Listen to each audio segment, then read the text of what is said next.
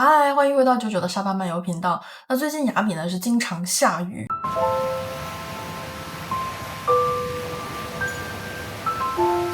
虽然它的气温非常的宜人，现在在24到28度之间不等啊，就比洛杉矶、比加州的气温还要舒服。但是就造成了来这边旅游的人呢，就有很多项目玩不了了，就是包括了最多人喜欢的跳岛。我们出去看萤火虫也是受影响，它现在桨板呢变成了冲浪，已经有人在下面在冲了。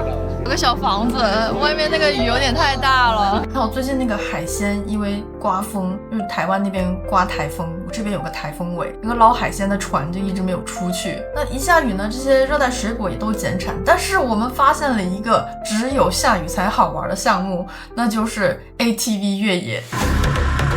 不下雨不好玩，下了雨或者是下完雨之后都特别好玩，因为有很多的泥巴，尤其是7、8岁以上的小孩，因为他们能开那个越野车了嘛，他们人生中第一次掌控这么大马力的东西，所以我们家的孩子都很喜欢。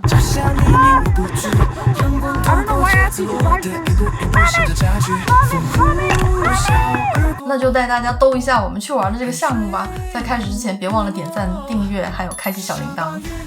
那我们选的这个呢是1个小时到1个半小时的行程，这边是有提供头盔、护膝、护肘，记得要自带毛巾，要不然他就收你钱。那还好宝宝带了上次我们在拿督原始森林里面走路用的港崩 Adidas， 这边租橡胶鞋也是要钱的。下土路了。其实刚刚开始的时候还是有点怕的，尤其是我女儿开车啊，她应该也算是第一次开这种比较大型的机车。但他练完等一下那个模拟赛道之后就已经很熟练了，甚至比我开的还要好。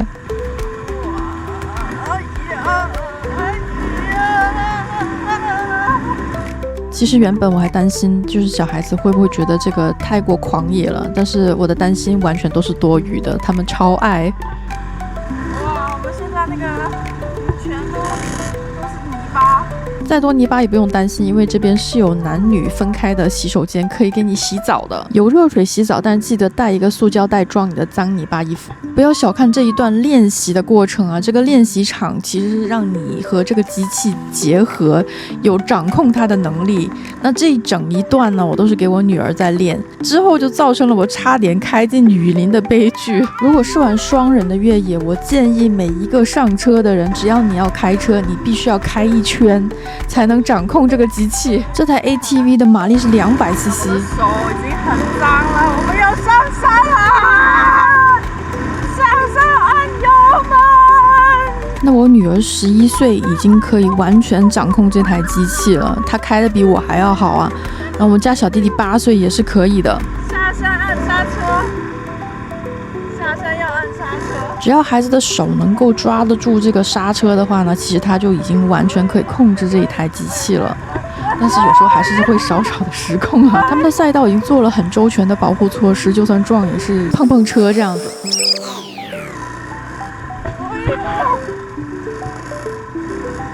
哇，我们要进水啊！那我俩娃现在都在马来西亚读华小，华小呢也是经常会放假。虽然马来西亚这边并没有像中国大陆跟台湾或者韩国那边有一个很长的暑假，比如说7月、8月，那别的地方一般有2个月的假期，但是马来西亚这边是一直都在放假。我们掐指一算，一年大概有半年的时间都在放假。为什么呢？因为他华人假期也放，印度人假期也放，马来人假期也放，沙巴这边还有土族也要放假。马来西亚的独立日要放，沙巴加入马来西亚的日期也要放，沙巴州元首生日要放假，学校不知道搞什么活动的时候也要放假。我们刚来沙巴的时候，2个娃都在问这边是不是每个礼拜1都要放假，每次放假都要绞尽脑汁想一下要去哪里玩。所以发现马来西亚人普遍都去过很多地方，因为假期实在太多了。自从中马免签之后呢，马来西亚成为了中国旅旅游的主力军。我有一个观众是在中国做旅游配套服务的，他们主营项目就是租车。他说自从中马免签之后，在小红书上面发出去的租车广告来的几乎清一色都是马来西亚人。他们还发现马来西亚人的素质普遍都很高，很容易接待，不像中国自己本身的客人呢一堆投诉，因为一些小毛病。那我还有一个已经搬来雅比的观众，他在天津呢曾经是做民宿的，做到了很大，就是几十上百套的这种民宿。他说他们家在这10年里面各种妖魔鬼怪都见过，他们自己呢不但修炼出了各种维修的技能，还进化出了铜墙铁壁般的脸皮。但是他说自己过得真的很累，因为你就算提供了所有的服务，到最后还是赚不到钱。他们提供免费的提早入住，免费的24小时存行李，24小时免费送毛巾、送水、送各种所需的物品的服务。我听到这里的时候，我就觉得哇，这个国内做任何东西太难了，太卷了，因为别人有提供，你不提供，你就会被投诉。他就说我在国内这10年根本连觉都睡不好。什么 heavy？ 就是要上山non-stop。哦，如果不可以，没有关系，你就是在前面等我。OK。如果你不要跟 ，OK， 如果你们要 safety， 你们要安全的，你们就是去那边等我。OK， 我就带他们2个往 heavy 的。OK。没关系 ，heavy 一下下看看他。heavy 一下啊。OK， 你试下跟他拿 ，OK， 他拿，如果可以就可以，不可以就不可以 ，OK。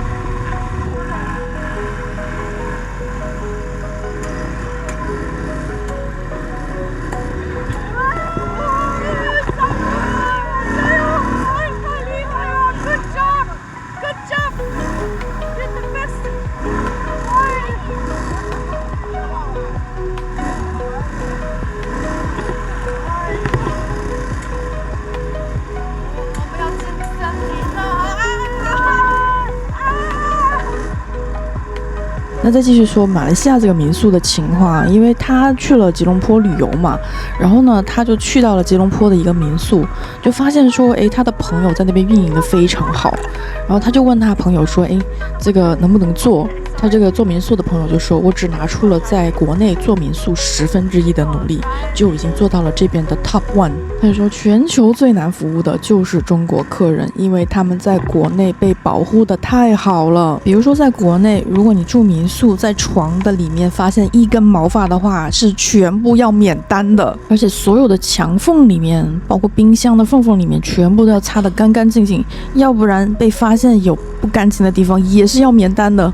为什么说国内各行各业都卷，尤其是服务业已经达到了你能想象最高的高度，顾客就是上帝，被推向极致，这导致了很多的服务行业的标准超过国外其他地区。那提供5星级的服务呢，已经成为了标配，尤其在餐饮、电商、外卖等领域。那这种极致的服务呢，随叫随到和无理由换货退货是基本操作。那为什么最近中国大陆的游客出了一堆的问题？我觉得就是在国内被宠坏了，只要发现一些小问题就能免单，不少人把这些习惯就带出国，以为国外也一样，挑毛病就能省钱，而钱呢现在又是唯一的信仰，基本把传统文化给丢了。那有一小部分人的心态是，这个旅游能不能值回票价，能不能占便宜，能不能够通过消费彰显身份。那在海外的服务文化里面，并没有这样子的追求无微不至，而是重视服务的效率跟边界感。那习惯了保姆式的服务的游客可能会觉得对方冷漠、效率低，也可能因为小事而强烈投诉。那期望值又太过高，就希望说我这投诉完了之后就能有折扣或免单，但是往往在海外这是行不通的。一些优秀的传统价值观，比如说谦逊、礼让、尊重他人等精髓啊，在部分人群和国内的商业环境中被淡化。向前看的功利性思维方式越来越多，一些消费者将这些习惯和预期带到海外，难免会出现水土不服。但是我们发现很奇怪的现象，就是同根同源的台湾同胞们很少会出现这种情况。虽然台湾的服务业也很卷，但他们并没有把这种期待值带到海外，变成理所当然。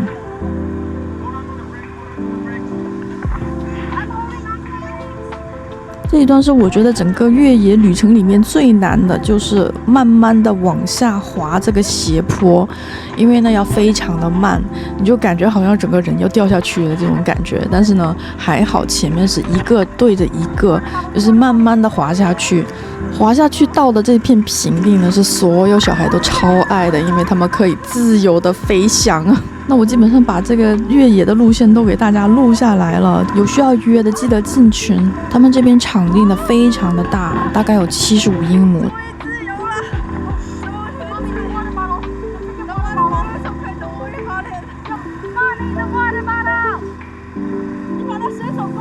到我开这台 ATV 的时候，我才发现说，因为没有经历之前的模拟赛道的磨合，我发现我是完全没有办法驾驭这台越野车的。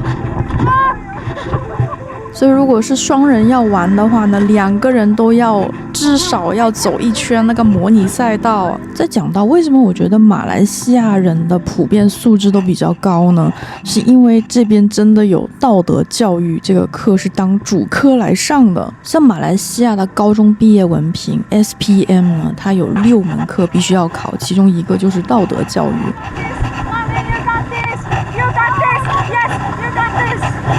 也给大家献丑了，我的车技真的不咋地。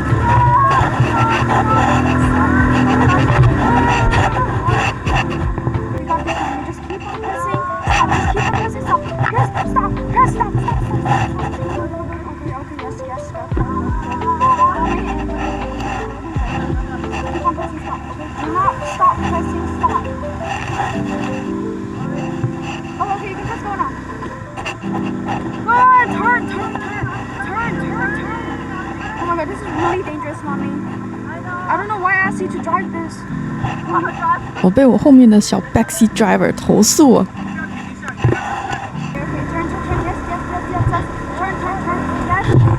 因为他投诉的还是很有道理的，因为我开的确不好啊。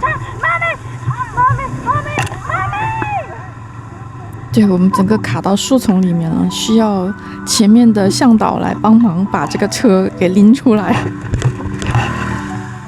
我女儿实在受不了我的车技，于是她自己决定要开车。我们又重新上路了，她就开得稳稳当当的。我是发现了，父母的确不能太强啊，这样子的话才能让孩子有发光发热的机会。我妈从小就是对我放养，其实我的性格挺柔弱的，但是呢，由于她基本上都是不太管我，就是自己上学放学，自己去游泳队收拾所有东西。You either sink or swim， 你要么沉下去，要么就游起来。人的能力基本上都是被逼出来的。人就是环境的产物，所以在什么样的环境下就有什么样的人。其实我也很好奇啊，就是希望大家也能帮我想想，为什么台湾的服务业其实也很卷，但是台湾游客在海外相对比较少被投诉，是不是因为台湾民众呢富裕的比较早，就是基本上都不是第一次出国，对海外服务的预期相对合理，而且台湾的媒体呢又长期以来注重介绍国际礼仪和不同国家的风俗习惯，那使得他们在出国之前呢就已经通过多种渠道对目的地的文化的规范啊，像行为准则啊，像美国的小费文化啊，国外的排队习惯啊，公共场所礼仪呢都有一定的了解。